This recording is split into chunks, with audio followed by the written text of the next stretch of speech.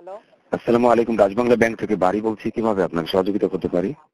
আচ্ছা ভাই, আমি একটা ডাচবাংলা ব্যাংকের মোবাইল ব্যাংকিং অ্যাকাউন্ট খুলতে চাচ্ছি। তো আচ্ছা, মোবাইল ব্যাংকিং অ্যাকাউন্ট খুলবেন তাই তো? হ্যাঁ, এক্ষেত্রে মানে আচ্ছা, জানতে চাচ্ছেন? জি, এ সম্পর্কে জানতে চাচ্ছি।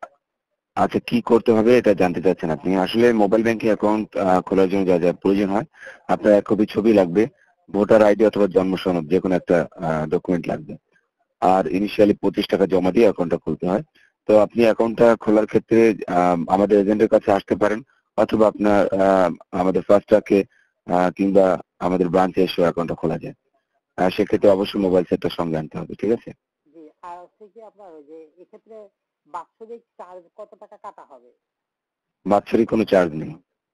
আর মোবাইল ব্যাংকিং অ্যাকাউন্টের কোনো বাৎসরিক চার্জ নেই।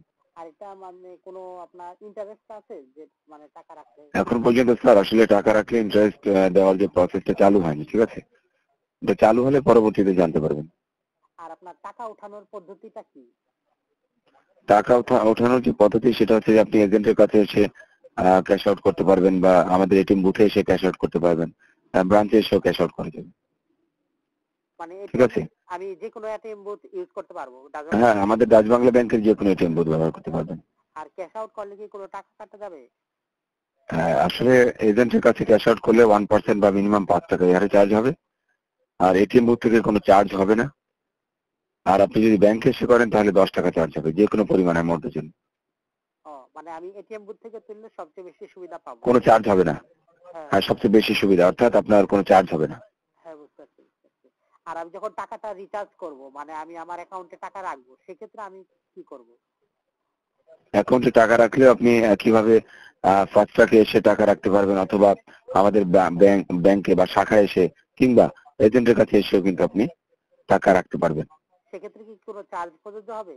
হ্যাঁ, 1% বা মিনিমাম 5 টাকা এই হারে চার্জ হবে। মানে আর ব্যাংক থেকেও ঠিক একই হিসাব, যেভাবে চার্জটা তোলার ক্ষেত্রে যেভাবে চার্জ, ঠিক জমা দেওয়ার ক্ষেত্রেও একই চার্জ।